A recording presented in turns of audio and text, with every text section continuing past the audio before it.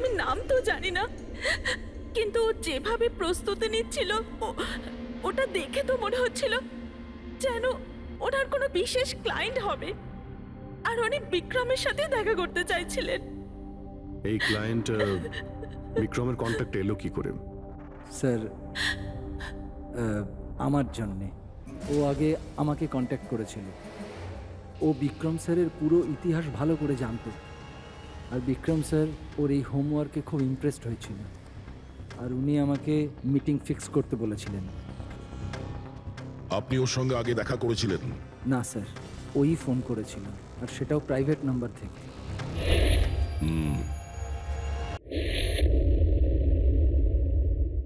Sir আমি কিচ্ছু করিনি স্যার, আমি কাউকে খুন করিনি স্যার। এটা কি জানো?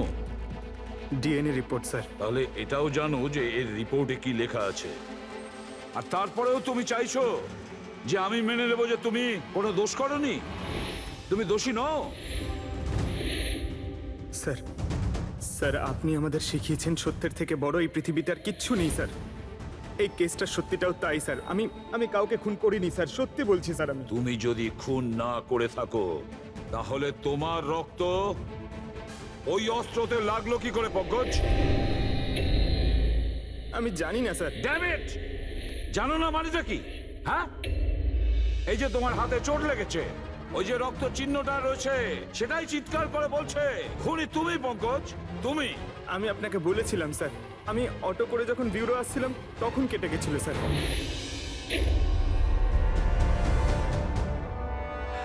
স্যার, এটাও তো হতে পারে যে কেউ পঙ্কজকে ফাঁসানোর চেষ্টা করছে। পঙ্কজ, যে লোকটা তোমার হাত কেটেছিল, হয়তো সেই তোমার রক্তের স্যাম্পল নিয়ে গেছে ক্রাইম সিনে রাখার জন্য। স্যার না স্যার, স্যাম্পল ছিল না ওর কাছে। ও যখন আমার হাত কেটেছিল তখন সঙ্গে সঙ্গে রক্ত বেরোয়নি স্যার। ও চলে যাবার পর আমার রক্ত বেরিয়েছিল। ওর কাছে আমার স্যাম্পল থাকতেই পারে না স্যার। যদি তোমার রক্ত কেউ না নিয়ে থাকে তাহলে তোমার রক্ত ক্রাইম সিনে শুধু একটা কারণেই যেতে পারে পঙ্কজ, আর সেটা তখনই যখন তুমি ওখানে খুন করতে গিয়েছিলে। স্যার, এ তো অদ্ভুত ব্যাপার। স্যার, পঙ্কজ যদি মিথ্যে বলতো, আমাদের বিভ্রান্ত করতে চাইতো, তাহলে তো বলতেই পারতো যে ওর স্যাম্পল কেউ নিয়ে চলে গেছে, কিন্তু ও আমাদের সত্যি বলল। তাহলে ওর সত্যির কি কোনো দাম নেই স্যার? হ্যাঁ অভিজিৎ, সত্যির অনেক দাম আছে, কিন্তু আপাতত এই কেসের একটাই সত্যি, এই খুনের একজনই সাসপেক্ট, আর সে হলো পঙ্কজ।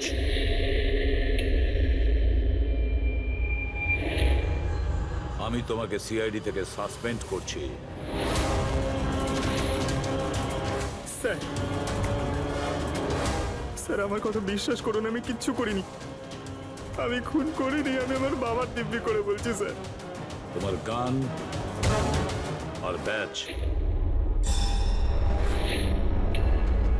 স্যার, একজন ছেলে তার বাবার শ্রাদ্ধের দিন কিভাবে তার মিথ্যে দিব্যি কাটতে পারে স্যার? আমি তোমাকে জিজ্ঞেস করিনি ফেডরিক।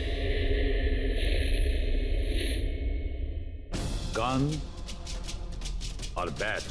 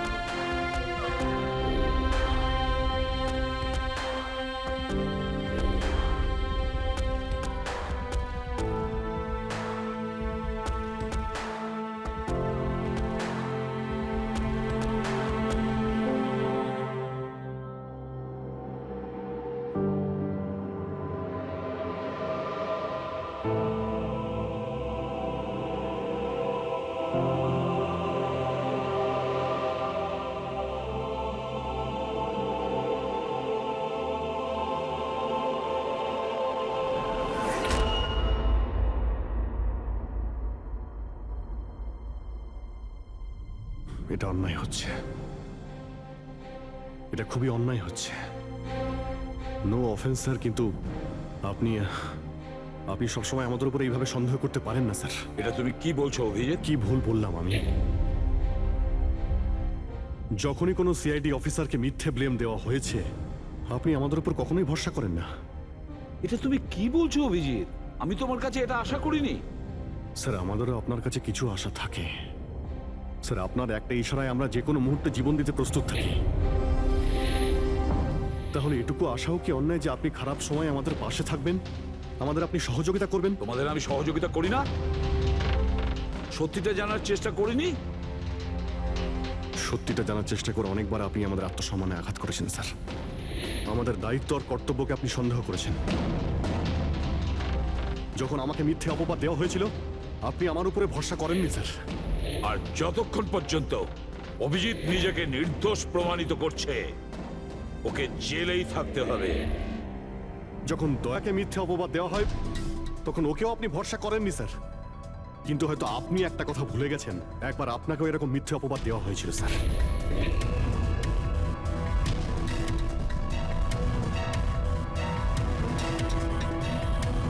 সেই মুহূর্তে আমাদের মধ্যে কেউ আপনাকে সন্দেহ করেনি। আমরা শক্ত দেওয়াল হয়ে আপনার সামনে দাঁড়িয়েছিলাম স্যার, যাতে আপনাকে কেউ ক্ষতি করতে না পারে। তাহলে আমাদের খারাপ সময় কি আপনি আমাদের পাশে দাঁড়াতে পারেন না? অভিজিৎ কোনো অপরাধীর থেকেও বিপজ্জনক একজন ইমোশনাল সিআইডি অফিসার। তুমি ইমোশনাল হয়ে যাচ্ছ অভিজিৎ। আমি তোমাকে এই কেস থেকে সরিয়ে দিলাম।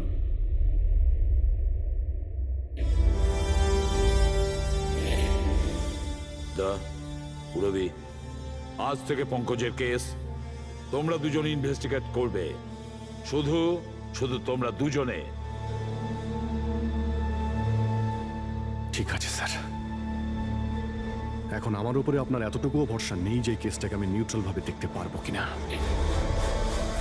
এত বছর ডিউটির পর এরকম মেডেল তো ভাগ্যবানেরাই পায়। Thank you sir.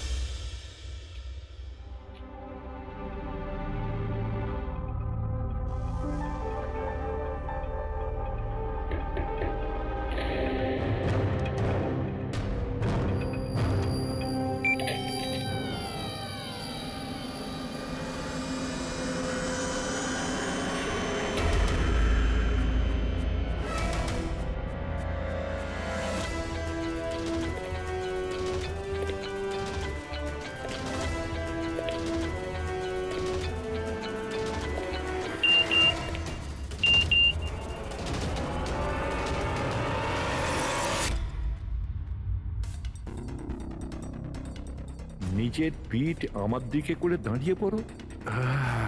চলো এটাও করে দেখে নি।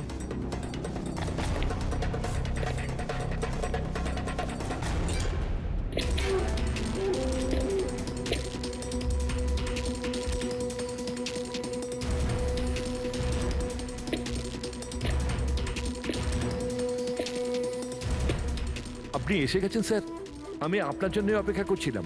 ওইখানে আপনার ফাইলটা আছে, ওখানে পুরো ফাইন্যান্সিয়াল প্ল্যান পড়ে আছে এবং আমার স্থির বিশ্বাস যে আপনার খুব পছন্দ হবে।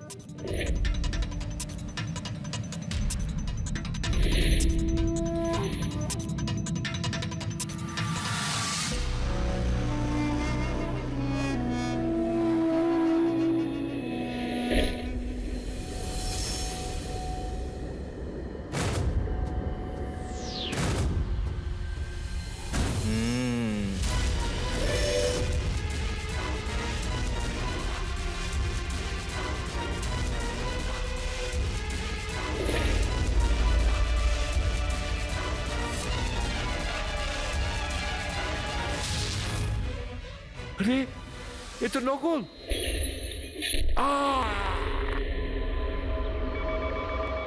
Hello, ACP Pradyuman here. What? কখন? আচ্ছা, ঠিক আছে,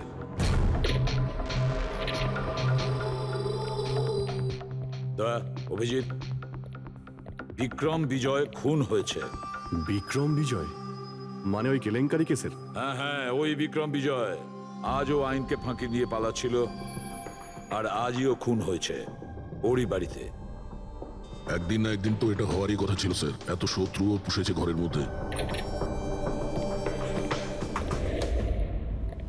sir I am really sorry sir, একটু লেট হয়ে গেলাম। কি ব্যাপার পঙ্কজ, কোথায় ছিলে তুমি? স্যার আসলে বাবার শ্রাদ্ধ ছিল আজ, তাই মন্দিরে গেছিলাম পুজো দিতে। ঠিক আছে, আর এটা হাতে কি হয়েছে? আরে স্যার আসতে গিয়ে লেগে গেল, তেমন কিছু না, খুব বেশি লাগেনি স্যার। ঠিক আছে, তৈরি হয়ে নাও, একটা মার্ডার কেস এসেছে। আর শোনো,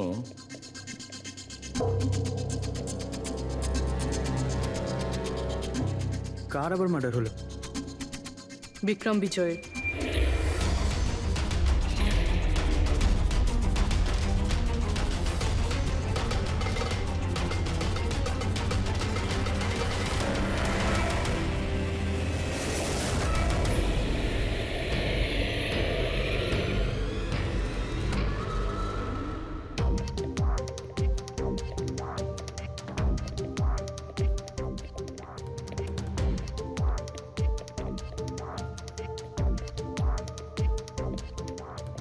সিআইডি? হ্যাঁ, স্যার আমি গোপাল, বিক্রম স্যারের ম্যানেজার। এই তিনজন কারা? এ মোহিত, বিশাল আর ও হলো রাঘব। এরা স্যারের সিকিউরিটি গার্ডস। ও, আর ইনি? ইনি বিক্রম স্যারের ওয়াইফ মধু ম্যাডাম, আর বাকিরা সব স্টাফ। বডি কোথায়? স্যার বডি ভেতরে আছে। এই ঘাড়ে আঘাত করেছে আর পেট আর বুকেও মেরেছে। খুনি এটা শিওর হতে চেয়েছিল যে কোনোভাবেই যেন এ বেঁচে না যায়।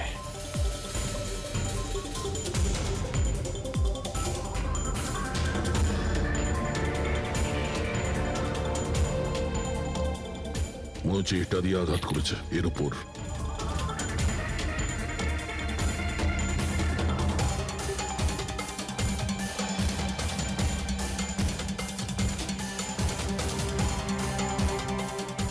বিক্রমের ফোনে শেষ মেসেজটা কোনো আননোন নাম্বার থেকে এসেছিল। নিজের পিঠ আমার দিকে করে দাঁড়াও। পিঠ আমার দিকে মানে ওই লোকটা কি একে নিজের মুখ দেখাতে চাইনি নাকি?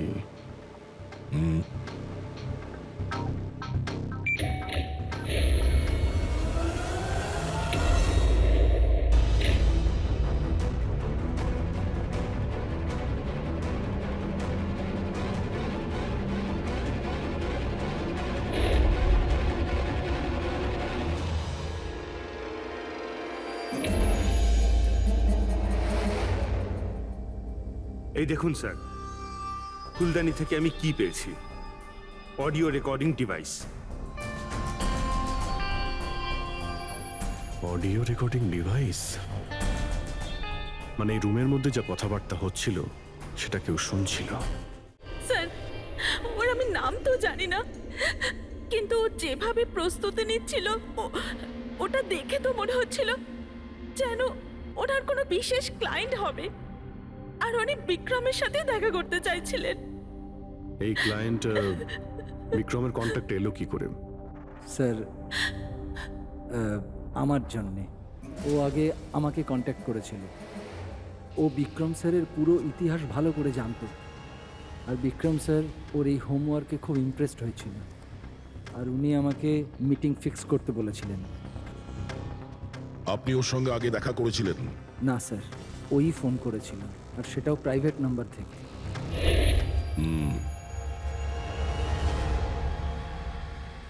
তাহলে আপনারা মিটিং এর আগে সবকিছু দেখে নিয়েছিলেন? হ্যাঁ হ্যাঁ স্যার। ওই রুমটা খুব ভালো করে চেক করে নিয়েছিলেন তো? হ্যাঁ। তাহলে এই অডিওর রেকর্ডিং ডিভাইস এটা রুমের মধ্যে এলো কি করে? স্যার এটা কোথায় ছিল? ফ্লাওয়ার পটের মধ্যে। ফ্লাওয়ার পটে? ওটা তো তুই চেক করেছিলিস না মোহিত? আমি চেক করেছিলাম স্যার, কিন্তু আমি এটা ফ্লাওয়ার পটে দেখতে পাইনি। দেখতে পাননি? আগে না। আচ্ছা, কিভাবে তুমি দেখলে না? ব্যুরো চলো, ওখানে সবাই খুব ভালোভাবে দেখতে পায়।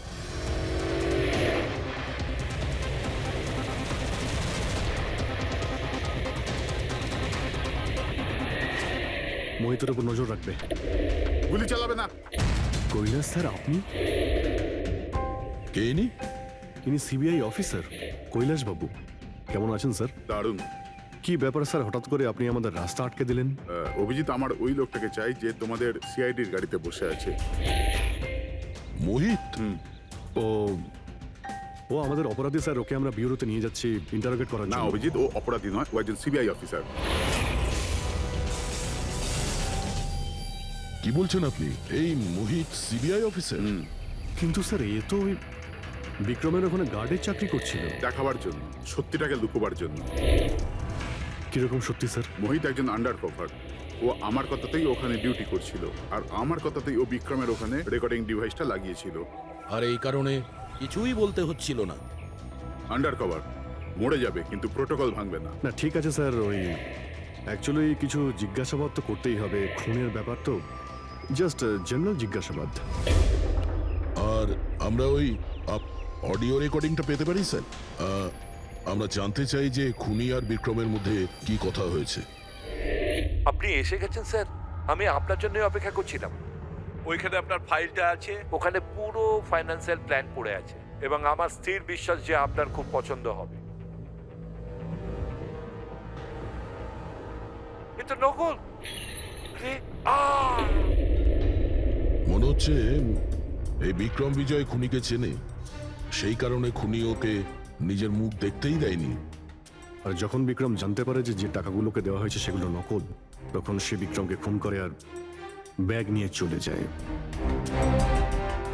একটা কাজ করি আমরা,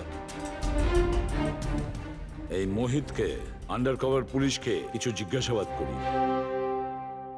আই এম সরি স্যার, এই কেসটা এখনো বন্ধ হয়নি।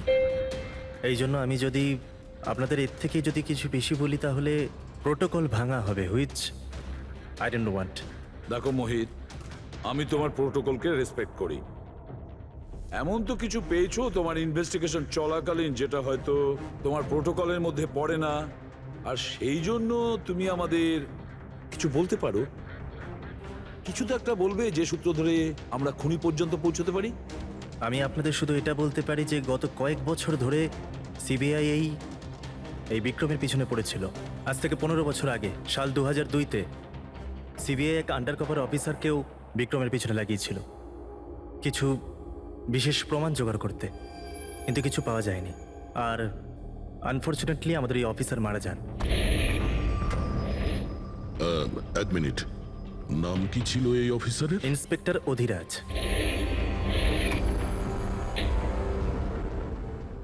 ইন্সপেক্টর অধিরাজ?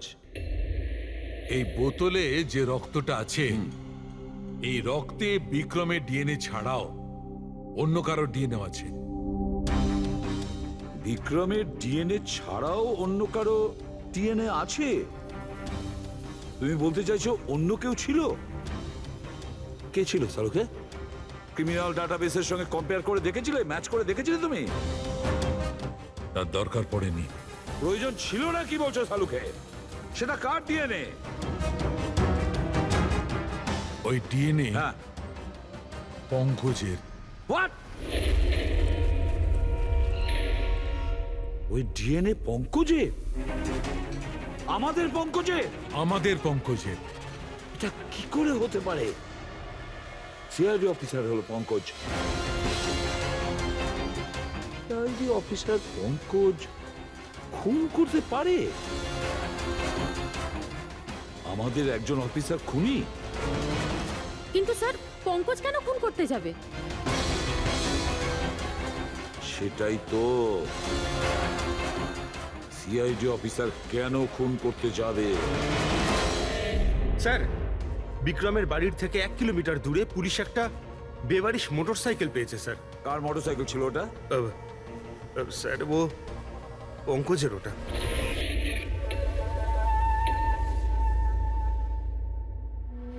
ভাবছিলাম তাই। তার মানে পঙ্কজের বাইকটা পাওয়া গেল ওখানে, আর আপনাদের কারুর অবাক লাগলো না?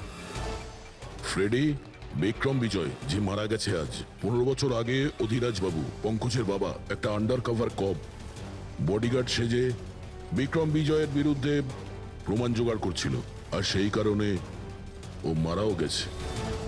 তার মানে স্যার পঙ্কজ এটা ভাবে যে পঙ্কজের বাবার মৃত্যুর পিছনে এই বিক্রম বিজয়ের হাত রয়েছে, আর এই জন্য ও ওর বাবার মৃত্যুর প্রতিশোধ নেবার জন্য।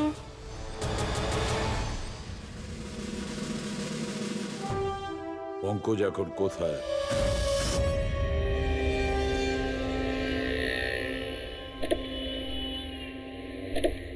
আরে স্যার, আপনারা? আরে এই প্রশ্নটাই তো আমরা তোমাকে জিজ্ঞেস করছি। তুমি এখানে কি করছো? তুমি তো অসুস্থ ছিলে। আরে স্যার, বাইক চুরি হয়ে গেছিল আমার। এই সামনে থানাতেই রিপোর্ট লেখাতে এসেছিলাম। এই দেখুন। আমরা জানি তোমার বাইকটা কোথায়। আপনারা কি করে জানলেন স্যার?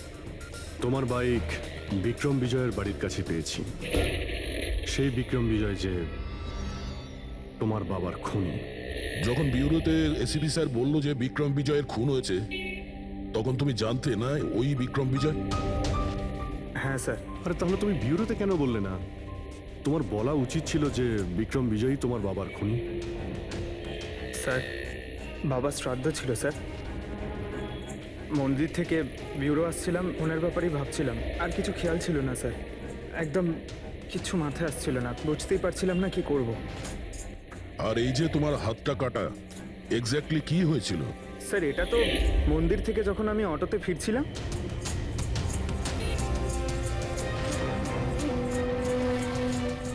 কি হলো স্যার? তাহলে একজন অচেনা লোক আঘাত করে চলে গেল, হ্যাঁ? এমনি অকারণে? স্যার, আমি জানি বিশ্বাস করাটা একটু কঠিন, কিন্তু এটাই সত্যি। আচ্ছা পঙ্কজ, তুমি সবসময় তো বাইকে করে বিউরোতে আসতে, হঠাৎ তুমি অটো করে কেন এলে? হঠাৎ করে না স্যার, আমার বাইক তো দুদিন ধরে খারাপ হয়ে রয়েছে। তাহলে তোমার খারাপ হয়ে যাওয়া বাইকটাকেও নিয়ে গেল, সে ওটাকে রিপেয়ার করলো, আর ঠিক হয়ে যাওয়ার পর ওটাকে একটা ফাঁকা জায়গায় ফেলে দিয়ে এলো, তাও কাকতালীয় ভাবে এমন একজনের বাড়িতে ফেলে দিয়ে এলো যার আজই খুন হয়েছে, আর যে তোমার বাবার খুনিও। স্যার, আপনারা আমাকে সন্দেহ করছেন? আপনাদের মনে হচ্ছে ওই বিক্রম বিজয়কে আমি মেরেছি?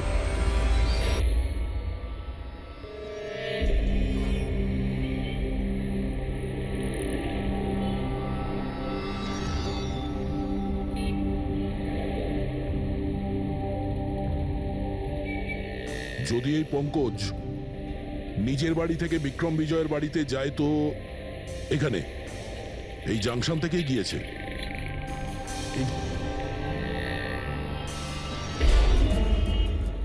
স্যার, সিগন্যালে সিসিটিভি ক্যামেরা রয়েছে। এই সিসিটিভি ক্যামেরার ফুটেজ থেকেই আমরা জানতে পারবো যে পঙ্কজ ওই বাইকে করে এখান থেকে গিয়েছিল নাকি ওটা অন্য কেউ ছিল।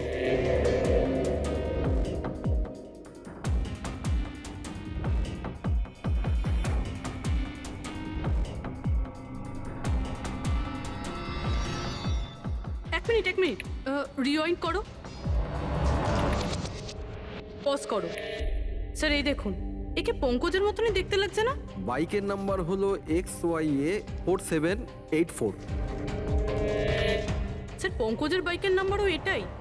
পুরবি, এই পঙ্কজ এতটা তো ভুল করবে না যে একটা অপরাধ করতে যাওয়ার আগে রাস্তায় আর একটা অপরাধ করবে, সিগন্যাল ভাঙা।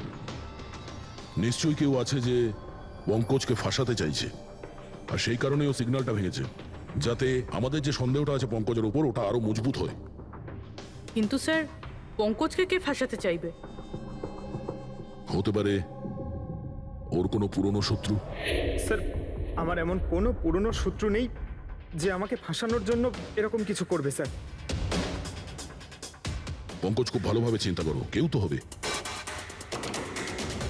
না স্যার। যদি তোমার কোনো শত্রু না থেকে থাকে, তাহলে এই খুন তুমিই করেছো। তুমি নিজের বাবার মৃত্যুর প্রতিশোধ নিয়েছো তুমি, আর সেটাও ওনার মৃত্যুবার্ষিকীতে। স্যার, আমার প্রতিশোধ নেবার কোনো মেন্টালিটি নেই স্যার। আমি খুনি না স্যার, আমি একজন সিআইডি অফিসার। যতদূর বাবার কথা স্যার, আমি তো ওনাকে ভালো করে দেখিও নি।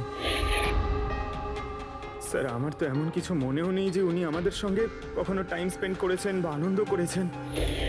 স্যার উনি হয়তো কখনো ভাবতেনও না যে ওনার একটা ছেলে আছে যার ওনাকে প্রয়োজন।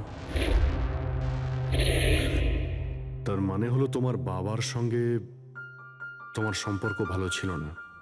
স্যার উনি একজন আন্ডারকভার কপ ছিলেন, বেশিরভাগই নিজের কাজে ব্যস্ত থাকতেন। বাড়ি, সংসার, সন্তান, পরিজন সেসব নিয়ে উনি কোনোদিন মাথায় ঘামাননি।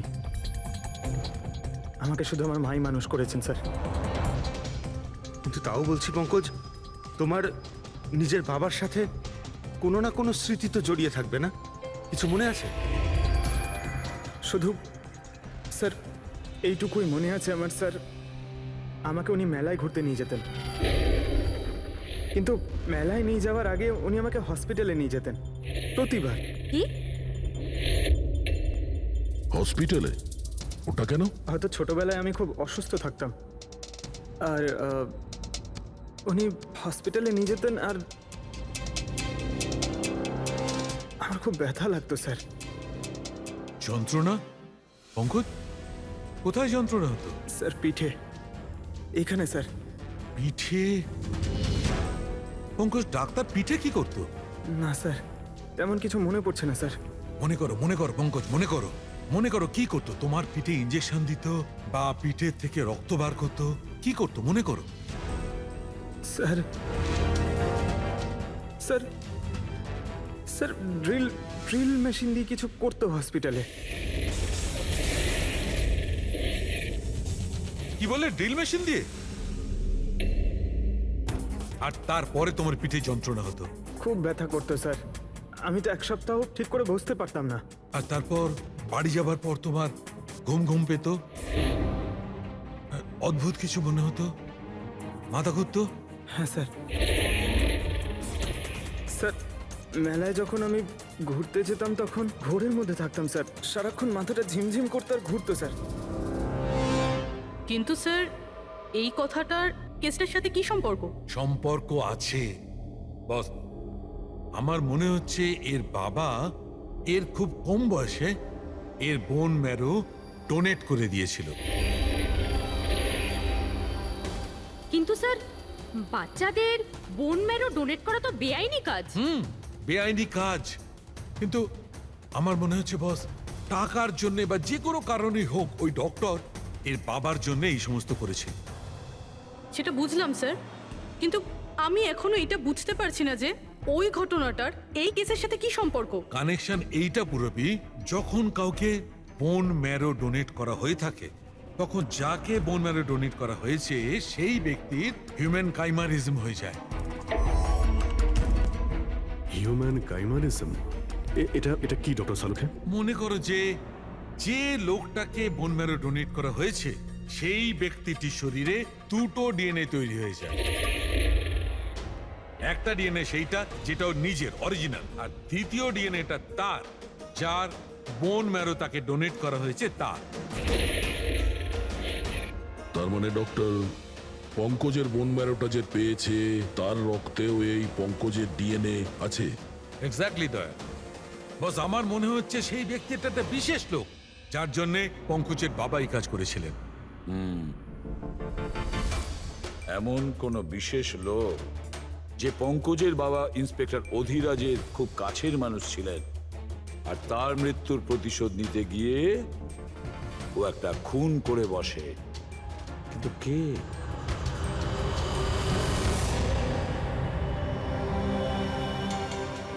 দয়া।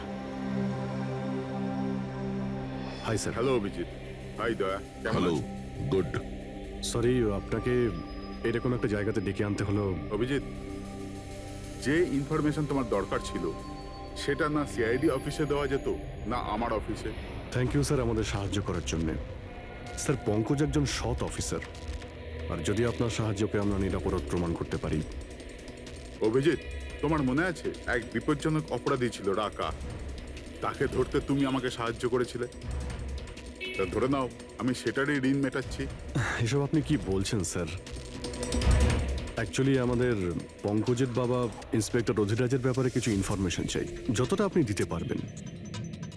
আপনি কাজ করেছেন না ইন্সপেক্টর অধিরাজের সঙ্গে? হ্যাঁ দয়া, অধিরাজ খুবই সৎ ইন্সপেক্টর ছিল আর সাহসীও। আমার তো এটা বলতে গর্ব হয় যে আমরা একসাথে কাজ করেছি। স্যার অ্যাকচুয়ালি আমরা এটাই জানতে চাই যে ওনার আন্ডারকভার মিশনের সময় ওনার সঙ্গে কারো কি কোনো গভীর সম্পর্ক হয়েছিল?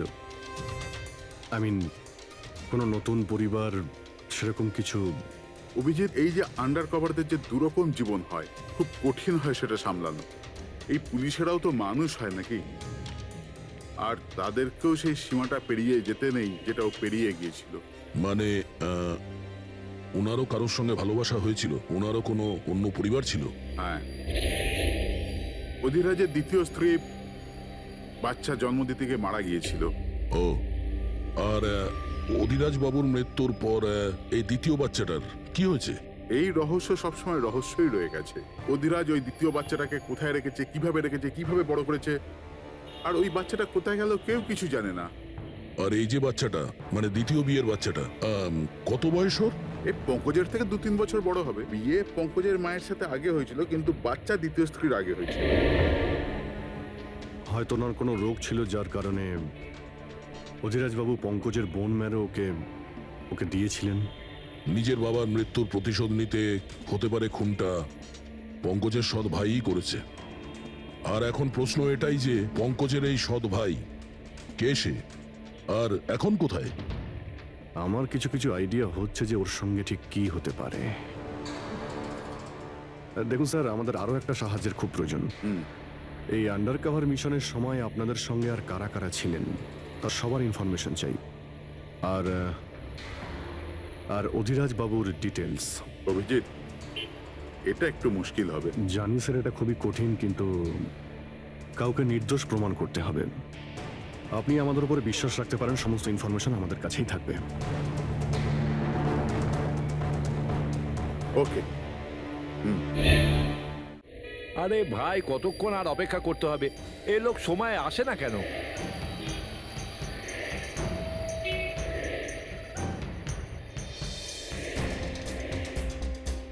আরে ভাই, আধ ঘন্টা ধরে অপেক্ষা করছি। আজই আমার পুরো টাকা চাই।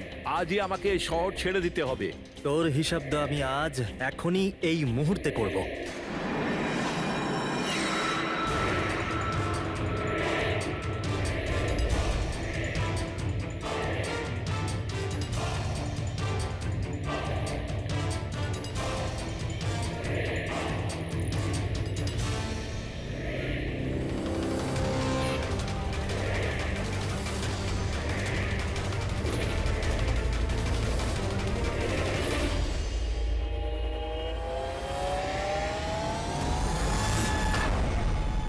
ওর অ্যাকাউন্ট সিআইডি বন্ধ করবে।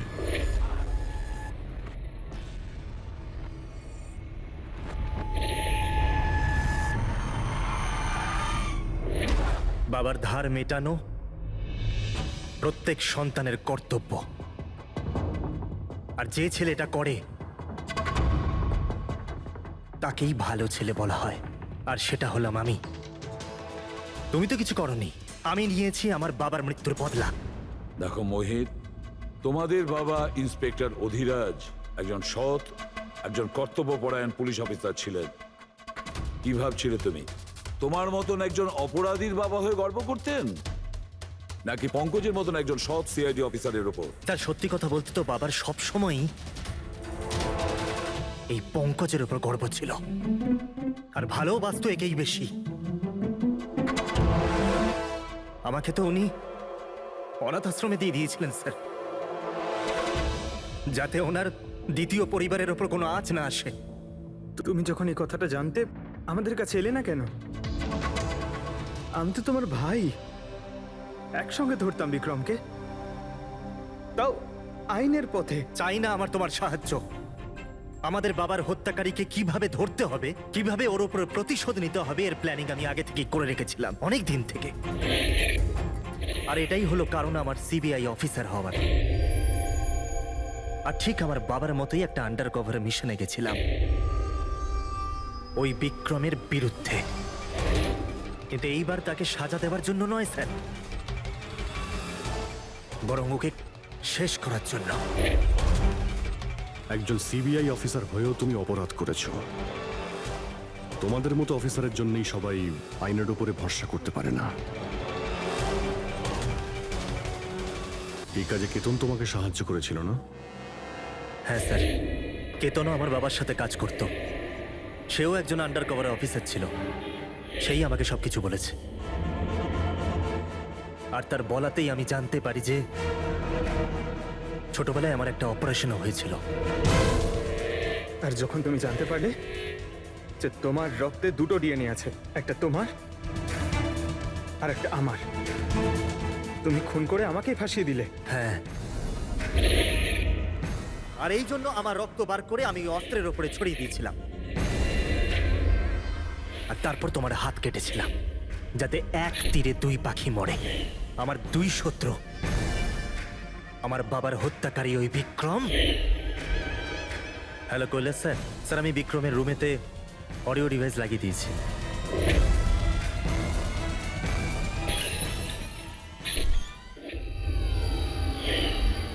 আর তুমি আমাকে এত ঘৃণা করার কারণ কি ভাই? কেন করবো না বলো তো? আজ পর্যন্ত সবকিছু তুমি পেয়েছো। আমাদের বাবার নাম, ওনার ভালোবাসা, ওনার সম্মান, সবকিছু।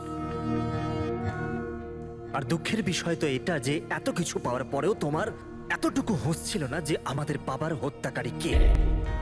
স্যার, আজকে যদি আমি না হতাম তাহলে আমাদের বাবার হত্যাকারী আজও বেঁচে থাকতো এবং ঘুরে বেড়াতো। আর তুমি কি পেলে মোহিত? জেল। আর খুন করে তোমার বাবা কি পেল? মরার পরে লজ্জা। স্যার, একটা প্রশ্ন করতে পারি আপনাকে?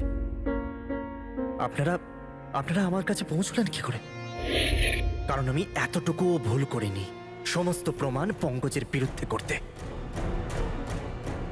সেটা তো আমরা জানতাম যে পঙ্কজ এ কাজ কোনোদিন করতে পারে না। আর বাকি রইল তোমার অবধি পৌঁছানোর।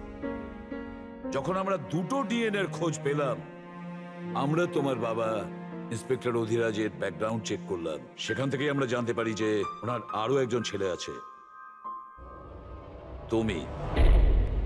ব্যাস, আমরা সেই ছেলের ঠিকুজি খুঁজে বার করলাম তোমার। আর পুরো ব্যাপারটা ছবির মতন পরিষ্কার। অনেক ভুল করেছো তুমি মোহিত, মস্ত বড় ভুল করেছো। আইন তোমাকে কঠোর থেকে কঠোরতম শাস্তি দেবে। হয়তো যাবজ্জীবন জেল, না হলে ফাঁসি।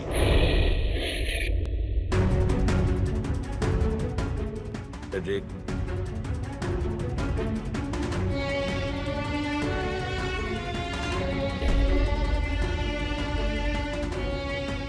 সরি স্যার, আমি জানি তোমার মনে শুধু আমার প্রতি ঘৃণাই আছে, কিন্তু আমি সত্যি জানতাম না আমার কোনো ভাই আছে। আমি জানি না তোমার সঙ্গে কি হবে, কিন্তু তুমি একটা কথা সবসময় মনে রেখো, আমি তোমার অপেক্ষা করব। I'll wait for you, brother.